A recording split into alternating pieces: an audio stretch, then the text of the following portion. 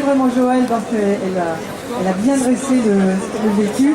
Et donc Dominique, je vais passer la parole pour un peu la position d'un point de vue politique. Oui, d'abord resituer mon intervention. C'est pas la première fois que je viens en Bretagne. J'ai été invité à plusieurs reprises, notamment par Christine Pruneau, et j'ai, dans le cadre du Tour de France des groupes communistes au Parlement, Tour de France des hôpitaux et des EHPAD, j'ai été amené à visiter un certain nombre d'établissements bretons et apprendre beaucoup ici sur ce territoire, qui est proche de mon lieu de naissance, puisque je suis Grand-Villais de naissance. Bon. Donc je ne suis pas si loin que ça de la Bretagne. 3-4 grandes idées pour poursuivre l'introduction de ce débat. Pour dire d'abord que cette question du vieillissement, moi je parle de vieillissement parce que ça concerne tous les mondes, beaucoup plus largement le problème dont on veut discuter aujourd'hui. Le problème du vieillissement, c'est une vraie patate chaude que les gouvernements successifs ne cesse de refiler au suivant. C'est ça qui s'est passé depuis 20 ans, au moins, si ce n'est plus, dans ce pays. Alors, j'évoquerai par exemple la campagne présidentielle de 2007 où Sarkozy annonçait une loi dépendance. On n'a jamais rien vu venir par la suite. J'évoquerai la campagne présidentielle de 2012 où François Hollande avait annoncé une grande loi sur la perte d'autonomie. Il va y avoir 3 volets. Le vieillissement, l'invalidité, le handicap. Pour finir, cette loi entonnoir s'est réduite au vieillissement et en plus a été mis de côté les questions des EHPAD, sur lesquelles je reviendrai dans le débat, parce qu'il y a des luttes sociales extrêmement importantes qui ont été portées, prolongées politiquement par un seul groupe au Parlement, c'est le groupe communiste. C'est un constat aussi que je fais dans les revendications pour le moratoire sur la nouvelle tarification, pour avoir un résident, un accompagnant pour un résident. Alors, un mot sur la loi SV, parce que tout le monde y fera référence, la loi d'adaptation de solidarité au vieillissement, la loi d'adaptation de la société au vieillissement, pour en dire un petit mot de bien, parce qu'elle a provoqué une grande concertation. C'était à l'époque de Madame Delaunay, qui a été remerciée au bout de cette concertation, mais qui avait permis d'éviter les mauvaises solutions de la droite, qui préconisait la droite à l'époque, qui était la fin du GIR 4, plus financer les moins dépendants, en gros, et deuxièmement, mettre un recours sur succession au niveau de la part. On voit les dégâts que ça aurait pu provoquer. Tout ça a été mis de côté, des pistes intéressantes ont été ouvertes, mais le problème, c'est que les moyens ont été insuffisants et injustes dans le financement, puisque cette loi s'appuie sur un financement de seulement 730 millions d'euros qui sont liés à la taxe de 0,3% sur les seuls retraités. C'est-à-dire qu'on est loin des besoins et on est loin d'un système de solidarité qui mettrait de la justice dans ce dossier. Alors avec M. Macron, parce qu'on est aujourd'hui dans l'actualité, officiellement, on est devant une nouvelle offre politique, c'est celle du ni gauche ni droite, c'est celle du en même temps, mais moi ce que je constate, et que j'ai constaté parce que j'étais sénateur jusqu'au 1er juin, donc il n'y a encore pas si longtemps, c'est que ce sont les mêmes vieilles recettes qui sont encore utilisées pour gagner du temps. Alors quand on rencontrait, nous, le groupe communiste, les services de Madame Buzyn ou Madame Buzyn elle-même, elle nous disait à chaque fois, mais on a bien entendu ce que vous dites, on a bien lu votre rapport, parce que j'ai été signataire d'un rapport, notamment sur l'aide à domicile, un rapport sénatorial, avec 13 propositions dedans, qui reviendraient dans un instant. On a tout ça bien entendu, on va prendre des mesures, laissez-nous quelques semaines. Dans 2 mois, j'annonce un grand plan pour accompagner la perte d'autonomie. Et puis à chaque fois, rien.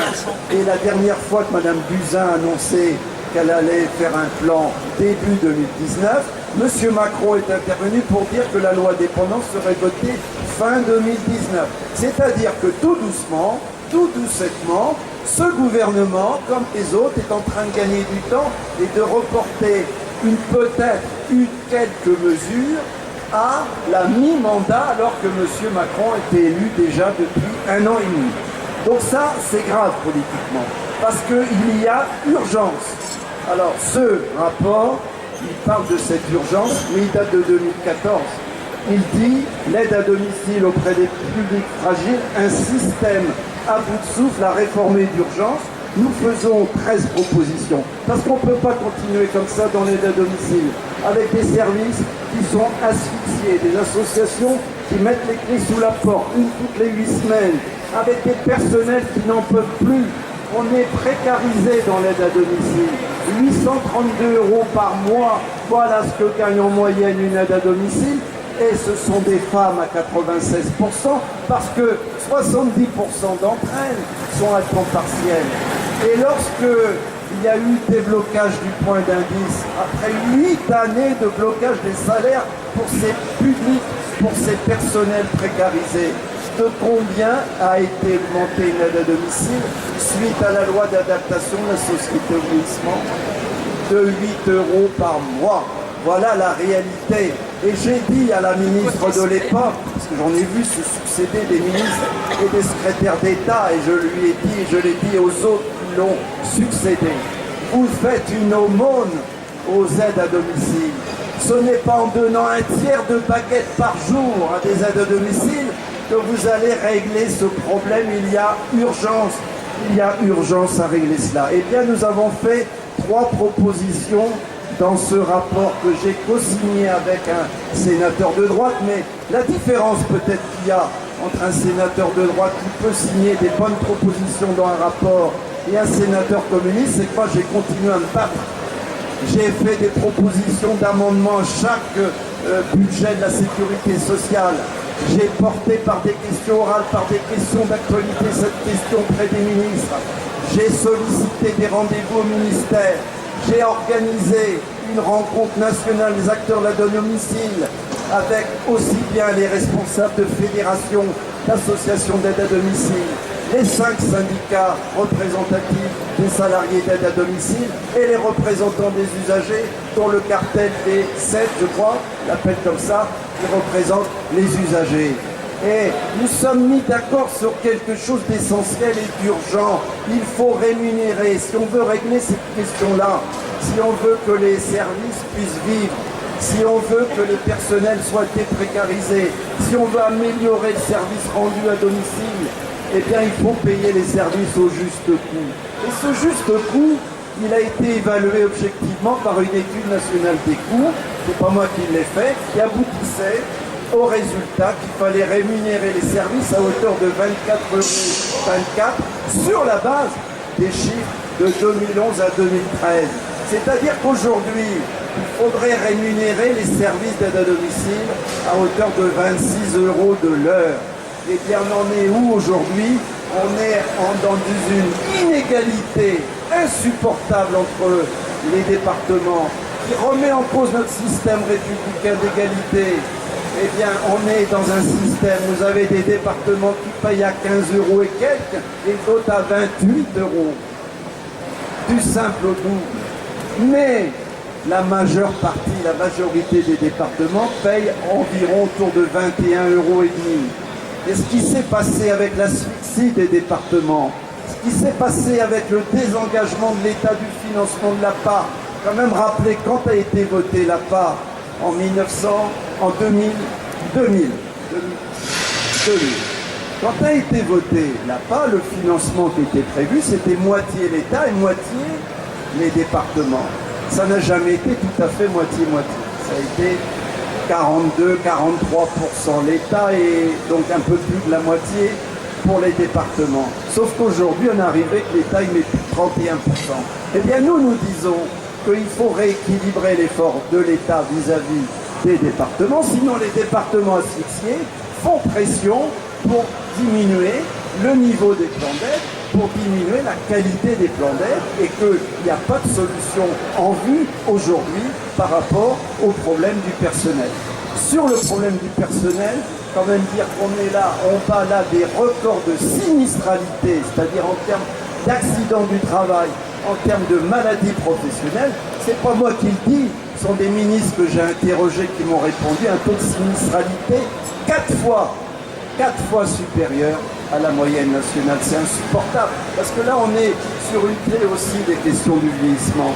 Je parle d'une manière générale, on ne réglera pas les questions d'accompagnement du vieillissement si on continue à diminuer les droits des salariés dans l'entreprise, à travailler dignement, correctement, et à faire de la prévention par rapport aux maladies professionnelles. Alors c'est tout l'inverse qui s'est passé avec la loi El Khomri, avec les lois Pénicaud. Alors pour ouvrir vers quelque chose de très simple, moi je pense que, et ce sera ma conclusion, il faut un grand plan Marshall pour l'accompagnement du vieillissement. Parce que on sait que les plus de 85 ans vont être multipliés par 3,5 d'ici 2050. L'APA, je viens d'en parler, les problèmes de financement des départements, des engagements de l'État. J'aurais bien entendu M. Macron et les ministres parler de ça. C'est que non seulement on est dans le caca aujourd'hui, mais il va y avoir doublement du nombre de bénéficiaires de l'APA dans quelques années, d'ici 2040. C'est demain 2040, rien n'est anticipé. Eh bien, il y a des solutions. Mais les solutions, elles doivent être à la hauteur des besoins. Vous savez que la Cour des comptes estime à 7 milliards d'euros les besoins d'ici 2060 pour l'APA. Ça, c'est la Cour des comptes. C'est certainement beaucoup plus si on voulait y remettre plus de précarité, plus de qualité et moins de précarité pour les personnels. Par exemple, si on veut construire les besoins en EHPAD en place, il va manquer, c'est 11 milliards d'euros qu'il faut trouver. Si l'on veut diminuer, voire annuler le reste à charge des familles qui devient insupportable, je pourrais reparler de l'aide à domicile. Vous avez des départements qui fixent un prix unique de rémunération et ce sont les usagers qui doivent assumer les différentiels. C'est plusieurs euros de l'heure que maintenant, dans certains départements, et pas si loin d'ici, on pourra en parler, eh bien, les usagers doivent payer et renoncent pour certains aux heures auxquelles ils devraient avoir droit. Eh bien, tout cela, c'est des moyens énormes, ce sont des dizaines de milliards d'euros qu'il faut dégager.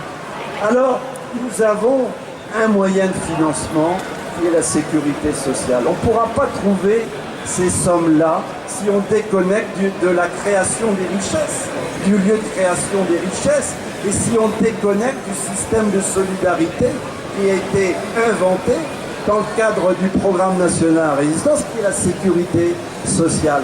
C'est le seul moyen d'arriver à financer les besoins à hauteur des les moyens à hauteur des besoins. Eh bien, vous savez que si on mettait la perte d'autonomie dans le cadre de la branche maladie de la sécurité sociale, ce qui est notre proposition, il y a des règles de financement, mais on peut aussi élargir le financement. C'est une question que nous portons avec force aux revenus financiers pour ne pas pénaliser le travail. Eh bien, cette exigence de cotisation des revenus financiers à la branche maladie de la sécurité sociale, ça rapporterait 40 milliards d'euros. 40 milliards d'euros, j'ai donné le chiffre des besoins, voilà la solution. Arrêtons de bricoler avec des dizaines de millions d'euros par-ci, par-là. Je vais prendre un exemple répit, le droit au répit pour les aidants, vous l'avez évoqué, l'investissement des familles, et va concerner quelques milliers de familles, quelques milliers d'aidants, du fait de l'insuffisance des moyens dans la loi SV, alors qu'il y a des millions d'aidants. Il faut trouver des solutions. Même chose pour l'adaptation des logements, même chose pour le transport, même chose pour les plans d'aide qui ont été déplafonnés, certes. Mais quand les ministres me disaient au Sénat dans l'hémicycle qu'il y aurait 1 heure de plus de plans d'aide par jour, je leur ai dit que c'est faux. Et ça s'avérait faux, c'est pas 1 heure de plus par jour dont peuvent bénéficier les usagers les plus dépendants, et on peut être très dépendant, c'est 1 heure par semaine environ. Voilà la traduction concrète. Donc arrêtons de bricoler là-dessus. Et pour terminer, ce sera vraiment mon dernier mot, mais je le développerai après. Moi je dis que pour aller dans le prolongement des réflexions qui ont été faites pertinentes sur l'agisme, moi je pense qu'il faut inverser le discours sur le vieillissement. Il faut dire c'est une chance quand même. Ben, c'est une chance de pouvoir vieillir, de vivre plus longtemps. C'est une chance de pouvoir vieillir en bonne santé, même si Madame Buzyn m'a dit qu'il y en avait un gros problème par rapport à nos statistiques sur l'espérance de vie en bonne santé, qui stagne, voire diminue aujourd'hui. C'est un signe de crise de la société. Et les gilets jaunes, oui, peut-être qu'ils sont aussi un autre signe, parce que ça va mal. Et alors qu'il y a des solutions, voilà ce que je voulais dire en introduction, qu'on a là un vaste sujet et que c'est un moyen aussi de créer des emplois. 320 000 emplois pourraient être créés en 10 ans si on répondait aux besoins. Donc c'est un moyen aussi de répondre à ces questions-là. C'est un moyen de réaffirmer la solidarité intergénérationnelle. Gagnant-gagnant. Gagnant pour ceux qui vieillissent, mais gagnant aussi pour nos jeunes qui ont tant besoin d'emploi.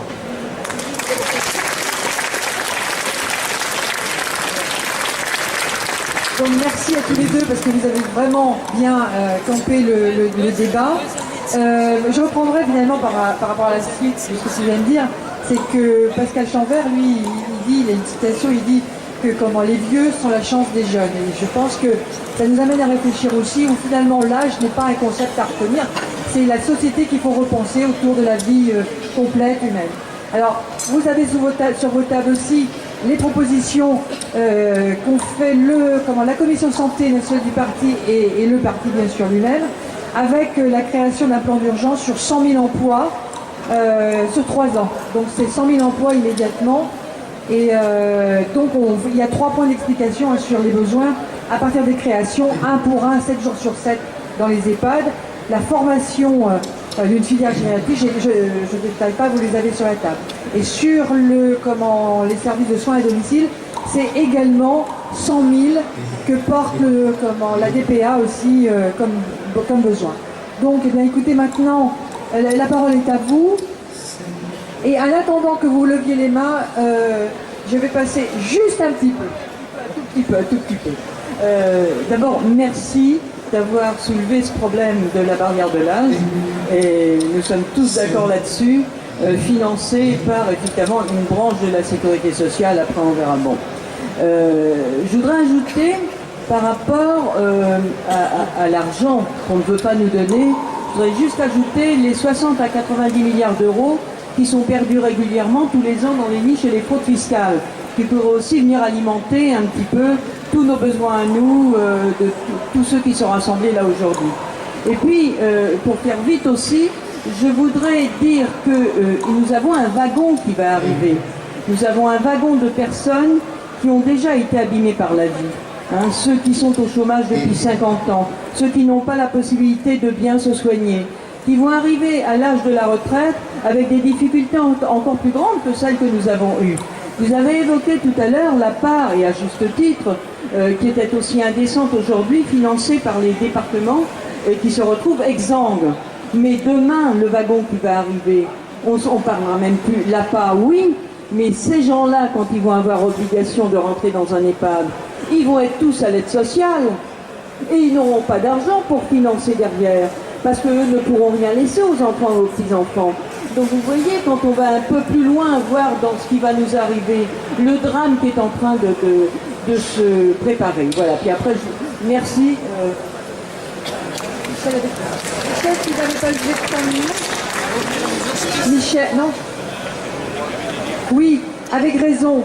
Il y a, parce que on a l'habitude de construire les débats aussi avec des livres. Et donc, Michel à la table, là, moi je vous recommande vraiment de lire le livre de Pascal Chanvert, parce qu'il explique, il décortique vraiment ce que c'est que l'agisme et les répercussions, et il donne à voir un autre type de pensée. Et puis, pour vous confirmer la nécessité de lire ce livre, il faut en lire un autre, celui de Bernard Spitz, qui a participé à la fête de l'UMA nationale, à l'Espace Bretagne, et qui est membre du MEDEF. Et on verra justement à chaque page comment la lutte idéologique est développée là dans ce livre. Donc ça peut vous motiver pour lire l'autre aussi, en premier peut-être. Voilà. Françoise. Oui, Ça marche. Moi, je me satisfais de ce débat et de cet échange, enfin surtout de cet échange, parce que le débat, bon, j'aurais bien aimé qu'on ait un peu plus de temps encore aussi, parce que c'est des questions de société qui nous interpellent tous. Bon, moi, je suis contente, j'ai fait j'ai vu Joël, ça y est, j'ai vu qu'ils étaient, on a discuté, on a échangé, et je vous dis ça parce que dans le cadre, comme a dit le camarade du PC, dans cette loi, soi-disant, pour répondre aux besoins du vieillissement, ça, c'est pas à la hauteur, hein, on le sait, et tout ce que les propositions qu'on fait, il va falloir se battre. Moi, je suis dans ce cadre-là pour mon organisation syndicale, qui est la CGT, au Conseil départemental de la citoyenneté et de l'autonomie. C'est affreux. Enfin, ma petite camarade aussi, elle y est pour le 56, et moi, j'y suis pour le 35. C'est affreux parce que, d'abord aujourd'hui, on est sur les départements qui nous disent on n'a pas les moyens, l'État est responsable, ne veut pas nous donner des sous. C'est tellement facile de dire ça, sachant que souvent, les départements, dont le 35, a favorisé cette approche de la nouvelle loi aussi.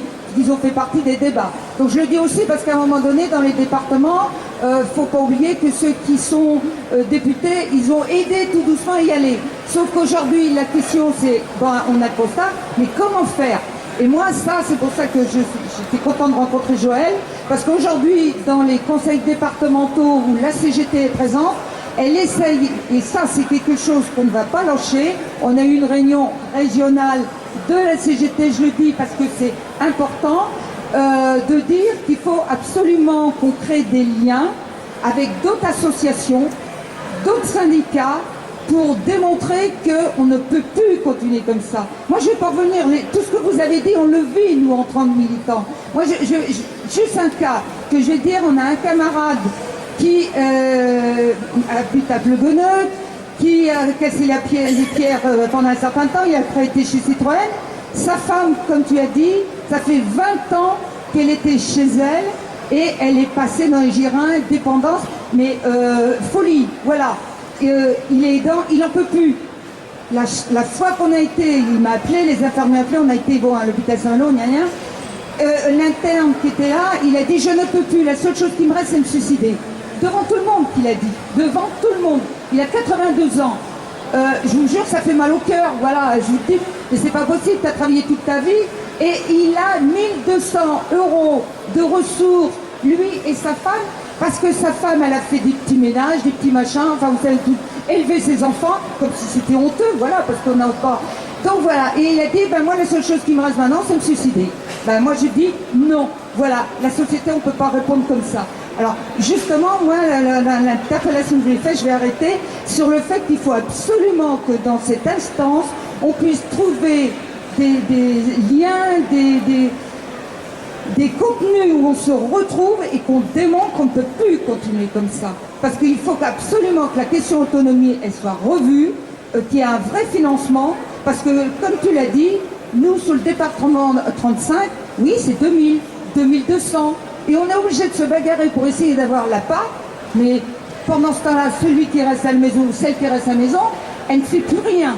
Elle ne bouge plus ou elle a peu d'activité parce qu'elle n'a pas les moyens. Voilà. Donc moi, je crois qu'aujourd'hui, ce qui est important, c'est vraiment de créer une dynamique de ce qu'on peut faire ensemble pour aller plus loin et porter des revendications, comme l'a dit le camarade du parti, parce qu'on ne peut pas continuer comme ça. On ne peut pas d'abord d'une par rapport à ceux qui ont créé la sécurité sociale.